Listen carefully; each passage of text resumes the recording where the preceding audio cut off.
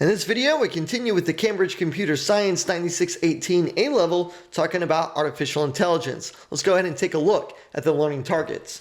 So they want us to show an understanding of how artificial neural networks have helped with machine learning, show an understanding of deep learning, machine learning, and reinforcement learning and the reasons for using these methods. We'll be going over those today so you can answer any question for a scenario they give to you.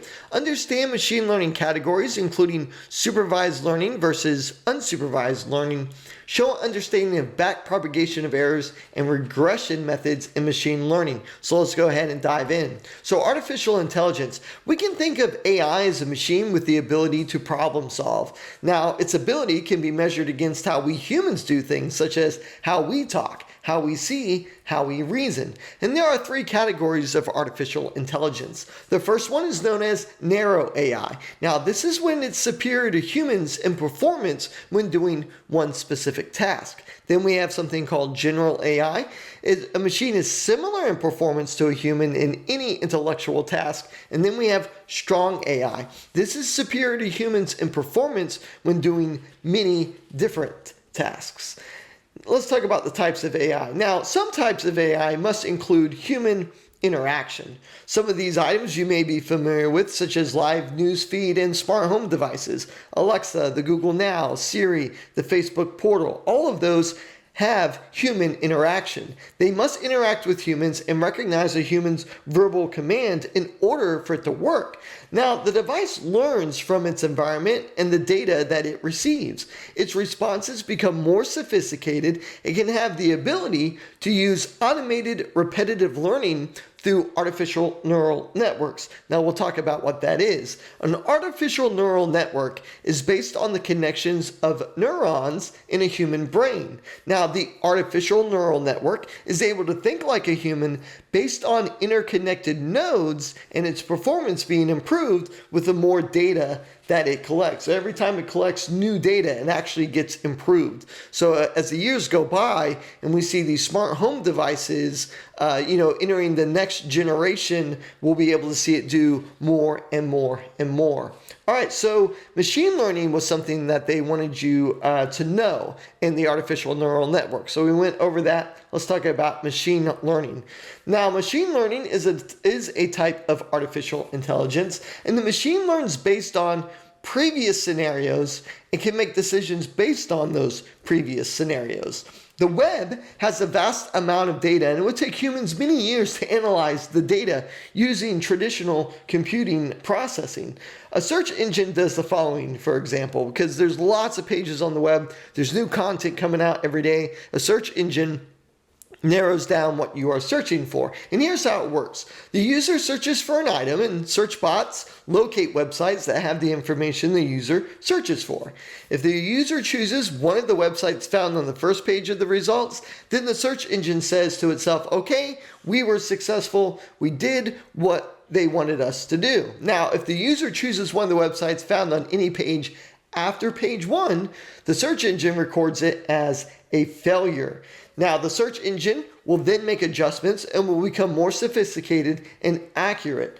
Another example of machine learning is spam detection.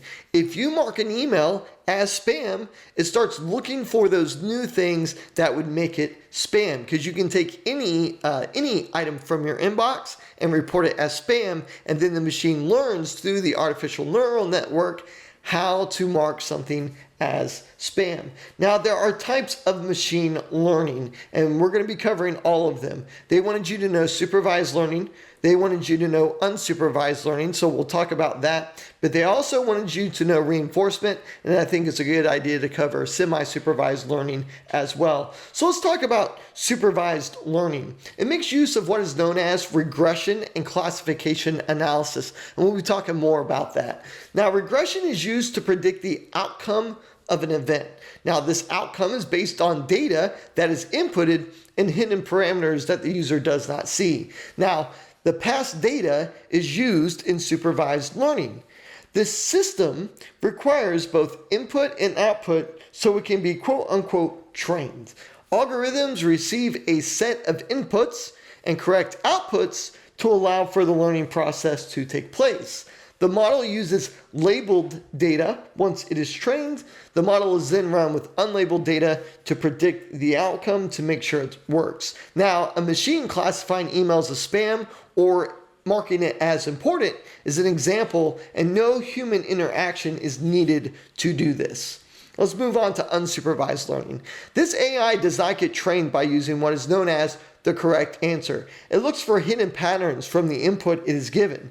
It makes data more readable and organizes that data looking for similarities and anomalies in the data that is set.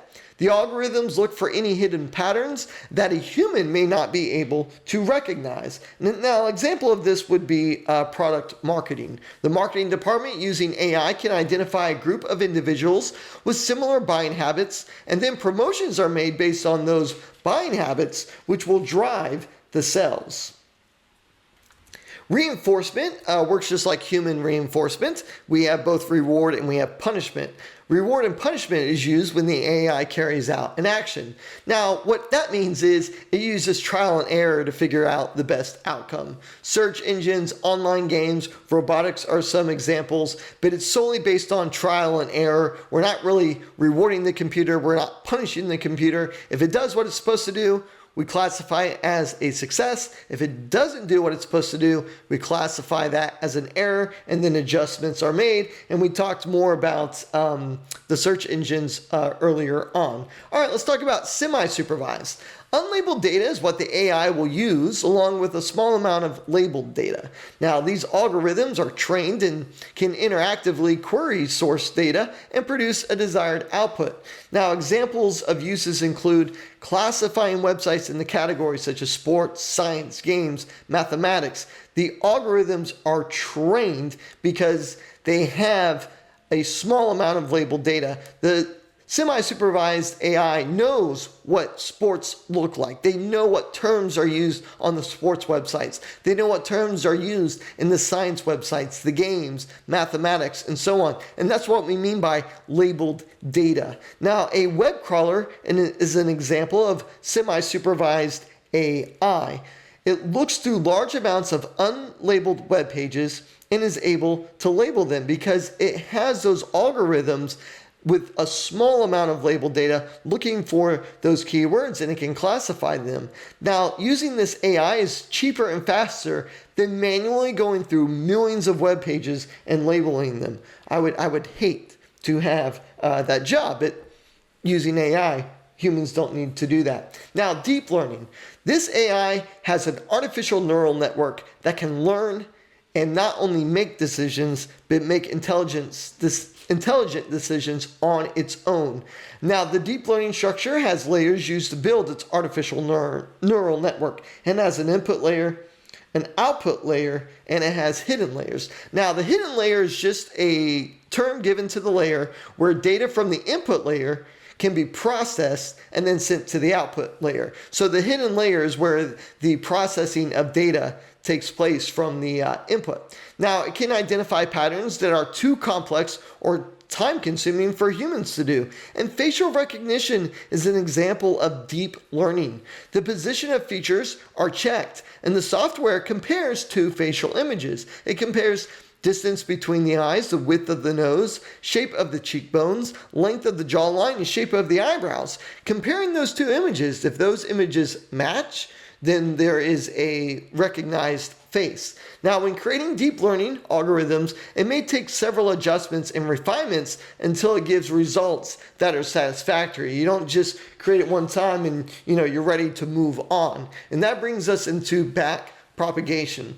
Now, each neural connection is given random weightings. Now, when we say it's given a weighting, it indicates the strength between nodes. Now, this means it has higher weighting on the output. It has more influence on the output from the input. That's what we mean by weighting. Now, the designer may have no idea how to train the machine to get the best results. So that's why random weightings are given. They're trying to figure out, okay, how is this going to work? The outputs produced by the system are compared to the expected results. Now, the differences between the outcome and the expected outcome are used to adjust the weightings. It's fed back into the system and is repeated again and again until the desired outputs are either what they are supposed to be or are in acceptable limits. So let's summarize it up. So outputs from the system are compared to expected outputs. The weightings are adjusted to minimize the differences. Calculus is used to find what they call the error gradient. Now, the weightings of each neuron are adjusted again, being fed back into the system. And once the errors have been eliminated, their neural network is ready to go. Now, if there are still errors, the weightings continue being altered until they get what they want. Now, with that propagation, there's static and there are recurrent, what we call inputs and outputs. So there's static and recurrent. Now, static maps static inputs to a static output. That means you take the static inputs, it's going to be directly fed to a static output. The mapping is done instantaneously. Now, with recurrent mapping, it's not. Training is easier with static than with recurrent.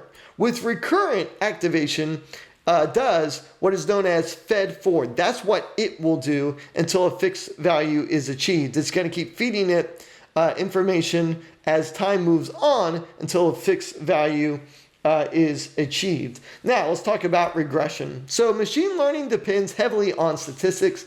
It analyzes data before it is inputted into a system. It predicts from given data and learns a relationship between the input and the output. Now, there are independent and dependent variables, just like there was when you were taking science. It learns how the dependent variable, what is being measured, is affected when independent variable, which affects the dependent variable, are changed. And weather forecasting is an example that uses regression. This is a brief overview of artificial intelligence. If you have any questions, please post them below, and we'll see you guys in the next video.